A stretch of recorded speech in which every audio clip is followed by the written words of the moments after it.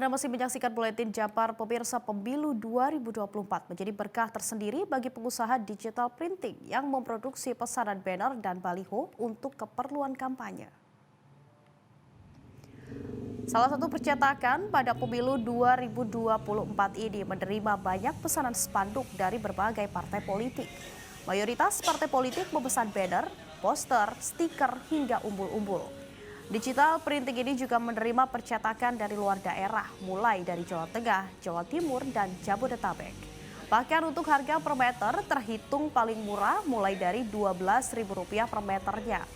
Dalam sehari percetakan ini rata-rata mencetak di atas 4.000 meter dengan fasilitas 2 mesin per mesin, yang dapat mencetak hingga 2.000 meter per hari.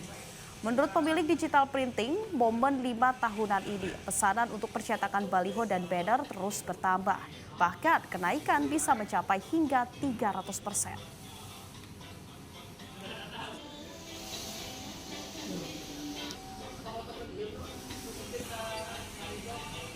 Untuk momen 5 tahunan ini memang volume cetakan bertambah banyak, bukan hanya 100%, bahkan bisa sampai 1000% kenaikannya.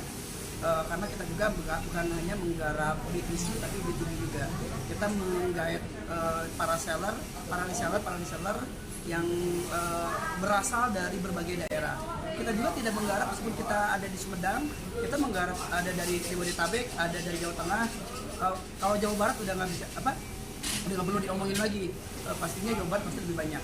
Dalam upaya memperkuat visi mewujudkan kedaulatan agro-maritim sebagai fondasi utama kemajuan Indonesia Emas 2045, calon Presiden Anies Baswedan tampil sebagai salah satu pembicara kunci dalam Food and Agriculture Summit 3 yang digelar Ikatan Keluarga Alumni IPB University Bogor.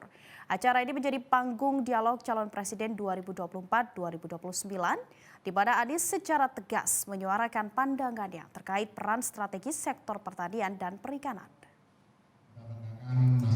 Anies menyoroti pentingnya integrasi kebijakan dalam mengatasi tantangan pangan pada pertemuan yang dihadiri oleh Rektor IPB University Arif Satria, para profesor, guru besar IPB University Bogor, dan keluarga himpunan alumni IPB di gedung IPB International Convention Center, Kota Bogor. Dalam penyampaian pandangannya, Anies menekankan bahwa kebijakan pertanian dan perikanan harus dipandang sebagai satu kesatuan, bukan sebagai entitas terpisah.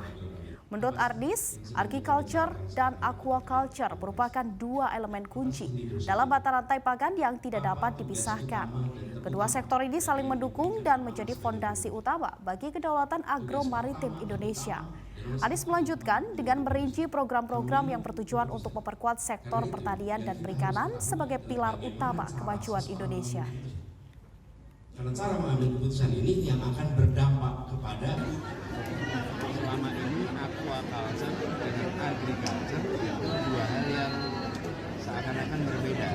Dengan pendekatan agro maritim, maka keduanya menjadi satu kesatuan dan kebijakan mata rantai pangan itu sebagai satu kesatuan kebijakan dari mulai produksi sampai ke pasar yang langsung dikonsumsi. Pemirsa, jelang Natal dan Tahun Baru, petugas dari Satgas Pangan Bareskrim Mabes Polri bersama pemerintah Kota Cimahi melakukan operasi pasar atau sidak di Pasar Atas Baru Kota Cimahi, Jawa Barat.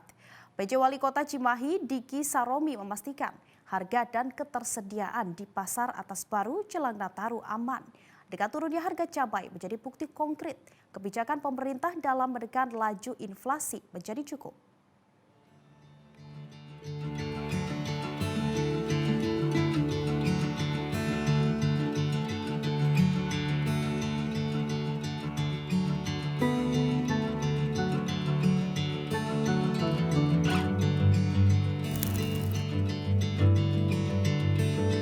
Satgas Pangan dari Mabes Polri dan Polda Jawa Barat bersama DKPP Kota Cimahi dan PJ Wali Kota Cimahi Diki Saromi melakukan pemeriksaan sejumlah harga komoditas pokok jelang perayaan Natal dan Tahun Baru di sejumlah pasar seperti Pasar Kosambi, Pasar Sederhana, dan Pasar Atas Baru Kota Cimahi, Jawa Barat. Dalam pemeriksaan ini, Satgas Pangan Mabes Polri berbincang dan berdiskusi dengan para pedagang yang menjual komoditi yang beberapa waktu lalu mengalami lonjakan harga.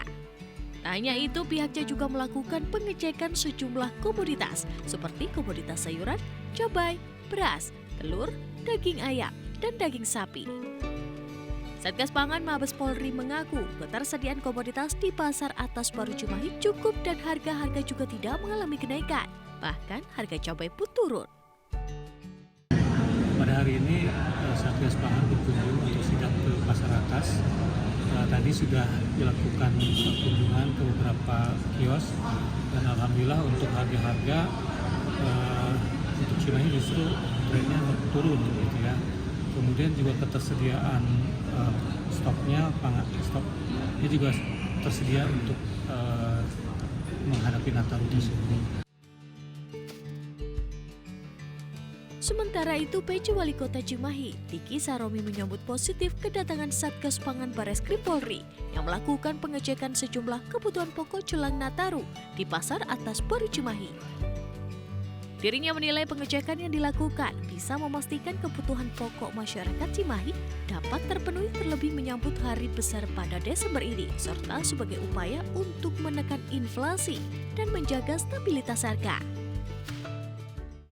Yang sangat luar biasa karena kami dengan kedatangan ini sekaligus bisa cek and recheck gitu ya, melihat seperti apa ketersediaan stok komoditi yang ada, berikut harganya, sehingga itu juga nanti akan menunjukkan bahwa masyarakat terpenuhi atau tidak dalam rangka terutama menyambut hari-hari besar ini di bulan Desember, dan lebih daripada itu inflasi kan terjaga ya. Karena selama ini kan Cimahi kan bukan daerah penghasil, jadi kita harus melakukan beberapa kiat dalam pengendalian inflasi seperti komoditi-komoditi yang tadi sudah disebutkan. Meski Cimahi bukan daerah penghasil komoditas kebutuhan pokok seperti cabai, bawang, dan lainnya, namun tetap harus dilakukan beberapa kiat dalam rangka pengendalian inflasi. Hal ini dilakukan karena turunnya harga cabai menjadi bukti konkret kebijakan pemerintah dalam menekan laju inflasi menjadi cukup signifikan. Dari Kota Cimahi, Jawa Barat, Edwan Hatnansya, Metro TV. Dan Buletin Jabar akan segera kembali dengan informasi. Menparekraf RI Sandiaga Uno mengunjungi Ujo Ekoland di kawasan Cimenyan. Informasinya usai jeda.